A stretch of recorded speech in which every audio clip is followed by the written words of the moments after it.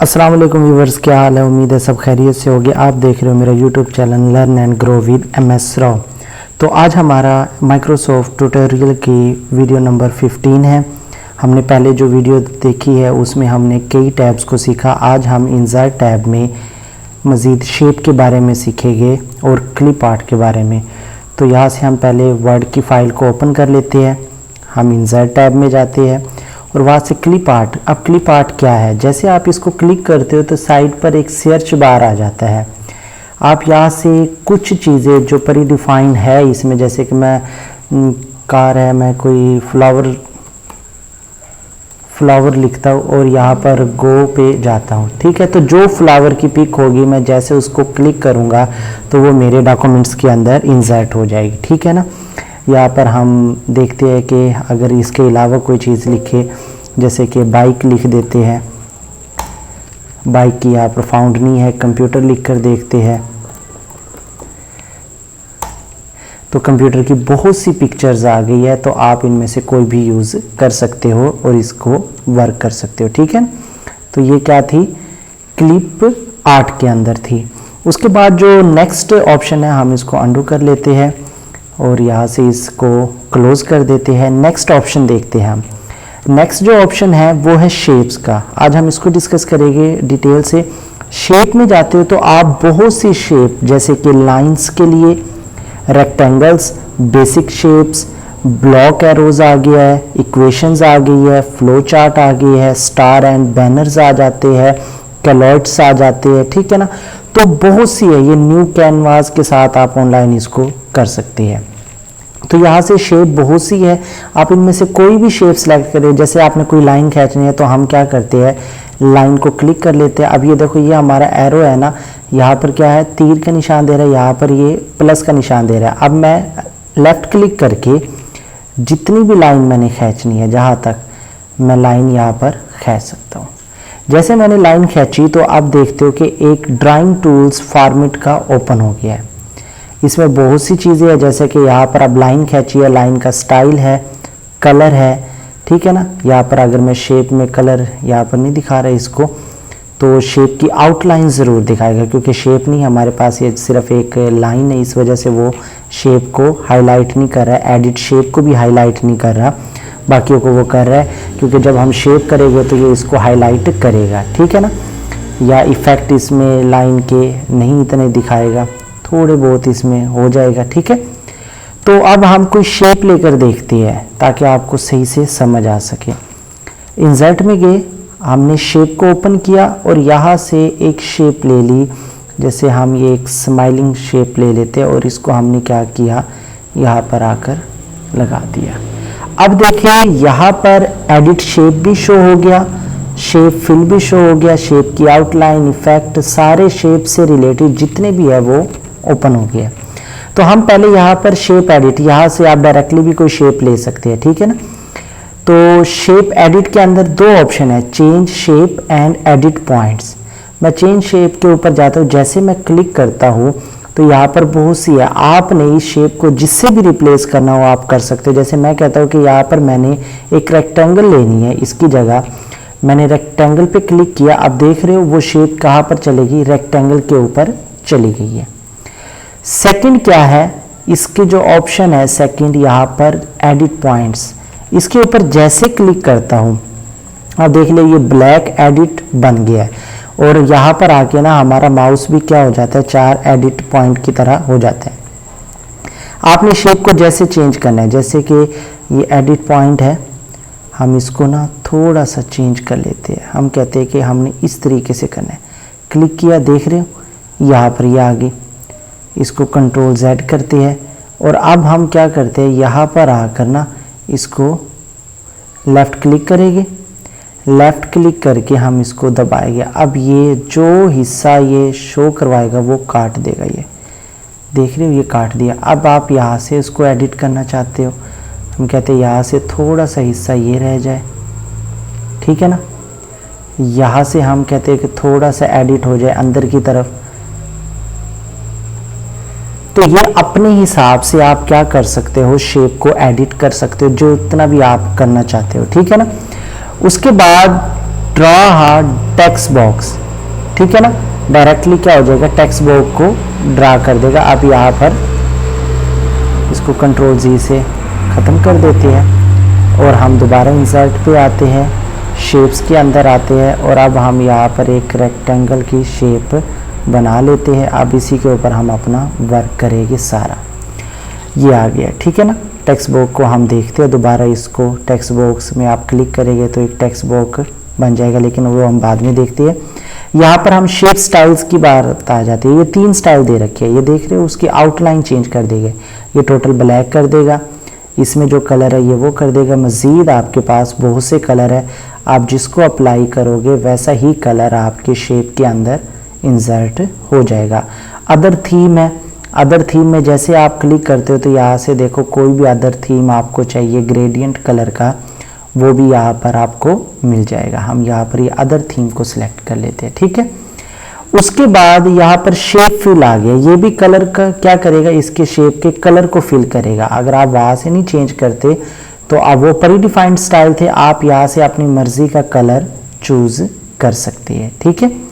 तो ये हम पहले पिछली वीडियोस में भी पढ़ चुके हैं। फॉर्मेट में नो फिल करना है, मोर कलर्स आ जाएगा, मोर कलर्स पे आप मर्जी का कलर बना सकते हैं। ये जो यहाँ पर न्यू में कलर शो हो रहा है यही वहाँ पर क्या हो जाएगा, अप्लाई हो जाएगा, ठीक है। उसके बाद इसमें एक और ऑप्शन है पिक्चर्स से, आप इसमें कोई पिक्चर देना चाहते हो तो आप डायरेक्टली पिक्चर पे क्लिक करेंगे, ये आपको यहाँ पर ले आएगा, ठीक है ना। यहाँ पर मैं कहता हूँ मैं अपनी पिक्चर देना चाहता हूँ तो मैं डाउनलोड में गया, यहाँ पर मेरी एक पिक्चर पड़ी है, मैं उसको क्या करता हूँ, सिलेक्ट करता हूँ और जैसे मैं इंसर्ट करूँगा तो उसी शेप के अंदर वो पिक्चर क्या हो जाएगी, एडजस्ट हो जाएगी, ठीक है। इसको हम कंट्रोल सी करके अब हम इसके ऊपर मज़ीद देखते हैं ग्रेडियंट कलर्स, मतलब प्री डिफाइंड है। फिर मोर ग्रेडियंट में आप जब जाते हो तो आपको ट्रांसपेरेंटी, मैं कह देता हूँ कि यहाँ पर सॉलिड फिल है, ग्रेडियंट फिल करना चाहता हूँ। जैसे मैं ग्रेडियंट फिल करता हूँ तो यहाँ पर देखो मुझे 3 कलर ऐड करने की इजाज़त है। मैं यहाँ से कलर सेलेक्ट कर लेता हूँ, पहला रेड, ठीक है, ये रेड हो गया। इसमें मैं कलर सेलेक्ट कर लेता हूँ ग्रीन, ठीक है, और इसमें मैं कलर सेलेक्ट कर लेता हूँ यहाँ से मैं ब्लू, ठीक है ना। अब मुझे जैसे इसको करना है, मैं ब्लू को यहाँ पर ज़्यादा कर देता हूँ, यहाँ पर मैं रेड को ज़्यादा कर देता हूँ और ग्रीन को मैं थोड़ा रखता हूँ, ठीक है ना। और अब मैं इसको क्या कर देता हूँ, यहाँ से सेट हो गया। तो आप यहाँ पर देखेंगे, आप देख रहे हो साथ के साथ शेप इफ़ेक्ट, आप इसको शेप को सामने रख के भी इसको कर ले। देखो आप कलर ये थोड़ा करना चाहते हो, ग्रीन आप ज़्यादा करना चाहते हो, ब्लू भी आप थोड़ा करना चाहते हो, ठीक है ना। तो इस तरीके से आप अपनी मर्ज़ी के कलर भी यहाँ पर सिलेक्ट कर सकते हैं। मज़ीद मैं इसको कह देता हूँ कि ब्लैक ऐड कर दे, ठीक है ना, साथ में ब्लैक ऐड हो गया। मज़ीद यहाँ पर मैं कुछ और ऐड करना चाहता हूँ, यहाँ पर मैं येलो ऐड करना चाहता हूँ तो हल्का सा शेड येलो का भी आ गया। उसके बाद मैं एक और ऐड करना चाहता हूँ, मतलब आप अपनी मर्ज़ी से जितने कलर चाहते हैं आप उसको कर सकते हो। ये एक ग्रेडियंट फिल कलर्स के अंदर है, ठीक है। तो ये आप कर सकते हो, यहाँ से आपने क्लोज़ किया वो इसके ऊपर अप्लाई हो गया। तो मैं कंट्रोल जी कर देता हूँ, वापस से हम उसी शेप में आ जाते हैं जो हमारी ग्रेडियंट थी, ठीक है। उसके बाद हम जैसे इसके ऊपर क्लिक करते हैं फॉर्मेट पे आ जाते हैं। फॉर्मेट पे क्लिक करने के बाद नेक्स्ट जो है हमारे पास आउटलाइन है।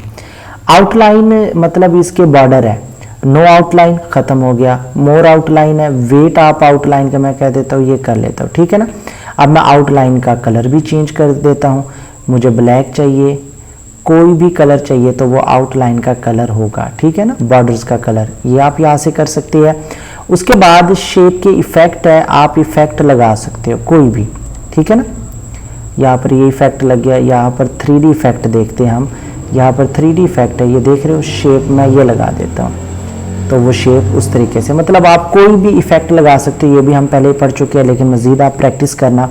उसके बाद यहाँ पर अलाइनमेंट है, अलाइनमेंट टेक्स्ट की है, टेक्स्ट के इफेक्ट है तो ये शेप के ऊपर तो वर्क करेगी नहीं, इसीलिए ये सारे है। पोजीशंस है, ये आप पढ़ चुके हो, इन लाइन लेकर आना है, मतलब लेफ्ट पे आना है, सेंटर में आना है, राइट पे, ये पेज के, ये आप सारी पोजीशंस आपने देखी है। रैप टेक्स्ट के अंदर भी आप पढ़ चुके हो कि इनलाइन आ जाता है, स्क्वायर आ जाता है। आप कहीं भी इसको अब स्क्वायर पे जैसे क्लिक करते हैं तो मैं शेप को लेफ्ट क्लिक करके ले जा सकता हूँ, ठीक है ना, किसी भी जगह अगर मैंने इसको मूव करना है, जैसे एडजस्ट करना है। बाकी रैप टेक्स्ट के अंदर टाइट के बारे में आपने पढ़ा, थ्रो के टॉप एंड बॉटम हो गया, ये टेक्स्ट के साथ वर्क करते हैं, ठीक है। इसके बाद आ जाता है bring forward and bring backward, तो ये भी हमने पढ़ा, ये दो शेप के ऊपर। अब हम यहाँ पर थोड़ा सा टेक्स्ट ले लेते हैं, इसको करके शेप के बारे में ये जितना भी डिटेल थी आपको बता दी गई है फॉर्मेट के अंदर। अब हम कोई टेक्स्ट बॉक्स ले लेते हैं और टेक्स्ट बॉक्स के अंदर हम वर्क करते हैं, ठीक है ना। हमने ये ख़त्म किया, हम इंसर्ट में गए, हमने शेप के अंदर क्लिक किया और यहाँ से ये पहला ही मैं टेक्स्ट बॉक्स ले लेता हूँ। यहाँ से मैंने एक टेक्स्ट बॉक्स ले लिया। अब इसके अंदर देखिए ये हाईलाइट होकर आ गया कि आप कोई भी टेक्स्ट लिख सकते हैं। मैं अपने कंप्यूटर का नेम, ये चैनल का नेम लिख देता हूँ, learn and grow with MS Rao, ठीक है। तो आप यहाँ से इसको कर सकते हैं। अब मैं इसके ऊपर कोई भी इफेक्ट, आप देख रहे हो ये सारा वर्ड्स आर्ट स्टाइल का टोटल इफेक्ट क्या हो गया, शो हो गया है। तो यहाँ से मैं क्या करूँगा, इसको सिलेक्ट करूँगा। सिलेक्ट करने के बाद मैं इसके फॉर्मेट टूल्स पे जाऊँगा। फॉर्मेट टूल पे मैं इसके शेप को फिल कर सकता हूँ, ठीक है ना। ये तो पूरी शेप है ना, क्योंकि टेक्स्ट बॉक्स को फिल करेगा। चलो हम इसको एक सिंपल सा कलर दे लेते हैं, ठीक है ना। हमने इससे फिल कर लिया।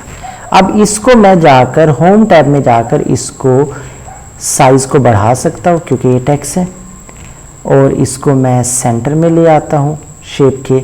इसको बोल्ड भी कर देते हैं, ठीक है। ये हमने अप्लाई कर लिया। अब फॉर्मेट में जाकर हम इसको थोड़ा सा डिज़ाइन करते हैं। इसकी आउटलाइन ये शेप की आ जाएगी, टोटल आउटलाइन। अगर इसके डिज़ाइन में जाएंगे देन उस तरीके से ये शो होगा, जैसे भी हमने अभी शेप के अंदर देखा। शेप की आउटलाइन के ऊपर अगर हम जाएंगे तो ये उसकी आउटलाइन सेट कर देगा। हम जाते हैं टेक्स्ट के ऊपर, ये ड्रा बॉक्स टेक्स्ट के साथ भी ये कर सकते हैं। ये जिसके ऊपर ए लिखा होगा बॉक्स के अंदर वो क्या होगा, ड्रा टेक्स्ट बॉक्स होगा। अब यहाँ से हम इसका वर्ड आर्ट करते हैं। अब ये टेक्स्ट के ऊपर अप्लाई होगा, अब ये शेप के ऊपर अप्लाई नहीं होगा, टेक्स्ट आर्ट। तो हमने यहाँ से इसको टेक्स्ट आर्ट किया, ये हम कर लेते हैं। उसके बाद मज़ीद भी बहुत से टेक्स्ट आर्ट है, ठीक है ना, तो आप इनको अप्लाई कर सकते हो। उसके बाद टेक्स्ट को फिल करना है। अब हम इसके कलर टेक्स्ट के चेंज हो गए, ठीक है। मैं इसको पहले सिंपल में ले आता हूँ। अब यहाँ से हम टेक्स्ट के कलर को फिल करते हैं। अब देखिए ये टेक्स्ट के कलर क्या हो रहे हैं, फिल हो रहे हैं जैसा आप चाहते हो। यहाँ पर भी हम ग्रेडियंट में जाते हैं, मोर ग्रेडियंट में जाते हैं। हम कहते हैं कि टेक्स्ट का एक नाव, हम यहाँ पर ग्रेडियंट जब फिल करते हैं तो हमारे पास ये आ जाए। अब देखो ये हमने पहले अप्लाई किए हुए थे, प्री डिफाइंड। अगर मैं इसको क्लोज कर दूँ तो यही यहाँ पर अप्लाई होकर आ जाएगा, ठीक है। ये टेक्स्ट के अंदर हमने क्या किया, ग्रेडियंट फिल कर लिया। टेक्स्ट की आउटलाइन, टेक्स्ट की जब आउटलाइन की बात आती है तो अब हम टेक्स्ट की आउटलाइन देखते हैं। हमने ब्लैक कर दी, पहले इसको सिलेक्ट कर लेते हैं।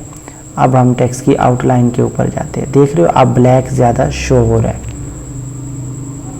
यहाँ से देखें, जैसे मैं कलर पे जाता हूँ वो टेक्स्ट की आउटलाइन को यहाँ पर चेंज कर देता है, ठीक है। उसके बाद टेक्स्ट के इफेक्ट आ जाते हैं, रिफ्लेक्शन इफेक्ट आ जाते हैं, ठीक है। ये देखें नीचे वो रिफ्लेक्ट कर रहा है। तो इसके बाद ग्लोइंग आ जाती है, आप टेक्स्ट को ग्लो कर सकते हैं। बेवील आ जाती है, मतलब इसके ऊपर मज़ीद अगर मैं ये अप्लाई कर देता हूँ, कंट्रोल A, टेक्स्ट की इफेक्ट डाला, बेवील में गए और हमने ये अप्लाई किया। तो ये इस तरीके से 3D रोटेशंस में अगर आप देखना चाहते हो टेक्स्ट को तो वो भी यहाँ पर वर्क होगा। आप जिस हिसाब से उस टेक्स्ट को प्लेस करना चाहते हो तो आप यहाँ से सेट कर सकते हो अपने डॉक्यूमेंट्स की रिक्वायरमेंट के मुताबिक, ठीक है। तो उसके बाद आप यहाँ पर टेक्स्ट की डायरेक्शन आ जाती है। डायरेक्शन हॉरिजॉन्टल तो है ही, A to ABC, यहाँ पर ये 90 डिग्री कर देगा, ठीक है ना। नीचे अगर आप डायरेक्शन में आओगे तो ये रोटेट कर देगा, 270 डिग्री हो जाएगा। और यहाँ पर आप हॉरिजॉन्टल कर लोगे जो ओरिजिनल है। टेक्स्ट अलाइनमेंट क्या है, टॉप के ऊपर तो है अभी, मिडल पे आया तो देखिए शेप के मिडल पे आ गया, जब बॉटम पे किया तो ये बॉटम पे आ गया। तो यहाँ से आप इसकी टेक्स्ट की अलाइनमेंट कर सकती है। क्रिएट लिंक क्या है, ये हम अभी आपको एक दो बॉक्स लेके देते हैं। बाकी जो position, wrap text, bring forward, send बार बैकवर्ड, ये पिछली वीडियो, इससे पहले जो वीडियो है उसमें इसको डिस्कस किया गया है डिटेल के साथ। उसका लिंक इसी वीडियो के डिस्क्रिप्शंस के अंदर मिल जाएगा। अगर आपने देखना है, एक प्लेलिस्ट का लिंक होगा तो आप उसको ओपन करके बाकी तमाम 1 to 14 जो लेक्चर होंगे आप वहाँ इसको देख सकते हैं, ठीक है। तो अब लास्ट जो इसका ऑप्शन है क्रिएट लिंक का है, उसके लिए हम क्या करेंगे, 2 टेक्स्ट बॉक्सेस ले लेंगे अलग से। मैंने क्या किया, यहाँ पर इंसर्ट में गया, शेप के अंदर गया, टेक्स्ट बॉक्सेस ले लिया। एक टेक्स्ट बॉक्सेस हमने ये बना लिया सिंपल सा, ठीक है ना। एक और हम टेक्स्ट बॉक्सेस ले लेते हैं, यहाँ से हम करते हैं और यहीं से एक टेक्स्ट बॉक्सेस को सिलेक्ट कर लेते हैं। अब होगा क्या, अभी ये सिलेक्ट है, ठीक है। अब मैं क्या करूंगा, जाकर क्रिएट लिंक के ऊपर क्लिक करके मैं दूसरे टेक्स्ट बॉक्स के अंदर क्लिक कर दूंगा। अब हुआ क्या इसका, अब इसका फायदा क्या है, अब ये दोनों जो टेक्स्ट बॉक्सेस मैंने लिए थे ये दोनों आपस में क्या हो गया है, लिंक हो गया। अब यहाँ पर देखो शो हो रहा है, मतलब ये कर्सर ब्लिंक कर रहा है ब्लैक, लेकिन यहाँ पर कोई कर्सर भी ब्लिंक नहीं करता, ना ये क्लिक होता है, ठीक है ना। इसको हम क्लिक नहीं, क्योंकि ये लिंक है। अब इसका क्या होगा, मैं यहाँ पर कोई टेक्स्ट लिखता हूँ, जैसे कि अपना नेम ही लिख देता हूँ एंड इंटर, तो मोहम्मद सरफराज लिखा गया। तो अब अगर मैं इसको डिलीट करूंगा, इस पूरे टेक्स्ट बॉक्स को डिलीट करूंगा, तो ये जो नाम लिखा हुआ है मोहम्मद सरफराज, ये इस टेक्स्ट बॉक्स में खुद आ जाएगा क्योंकि लिंक है। तो इससे पहले मैं इसको सिलेक्ट कर लेता हूं, इसके कॉर्नर पर आकर आपने सिलेक्ट करना है, सिलेक्ट करके मैं डिलीट दबाता हूं। जैसे मैंने उसको डिलीट किया, देखो वही नाम सेम लिंक होकर का आ गया, दूसरे टेक्स्ट बॉक्स के अंदर आ गया। तो ये इस लिंकिंग का फायदा है, ठीक है ना। तो ये थे सारे ऑप्शन जो कि इंसर्ट टैब के क्लिप आर्ट के मुतालिक और शेप के मुतालिक। जैसे हम क्लिक करते हैं तो हमारे पास एक फॉर्मेट का टैब आ जाता है, तो हमने फॉर्मेट टैब को कंप्लीट किया, इंसर्ट शेप के बारे में, शेप के स्टाइल्स के बारे में, वर्ड आर्ट स्टाइल्स के बारे में, टेक्स्ट के बारे में, अरेंजमेंट एंड साइज। तो उम्मीद है आपको ये वीडियो पसंद आई होगी। अगर वीडियो पसंद आई है तो चैनल को सब्सक्राइब कर दे, लाइक कर दे, वीडियो को शेयर कर दे और मज़ीद कमेंट्स भी करें। अगर आपको कोई सवाल है तो आप ज़रूर कमेंट्स किया करें ताकि हम नेक्स्ट वीडियो में उसका आंसर दे सके। अल्लाह हाफिज़।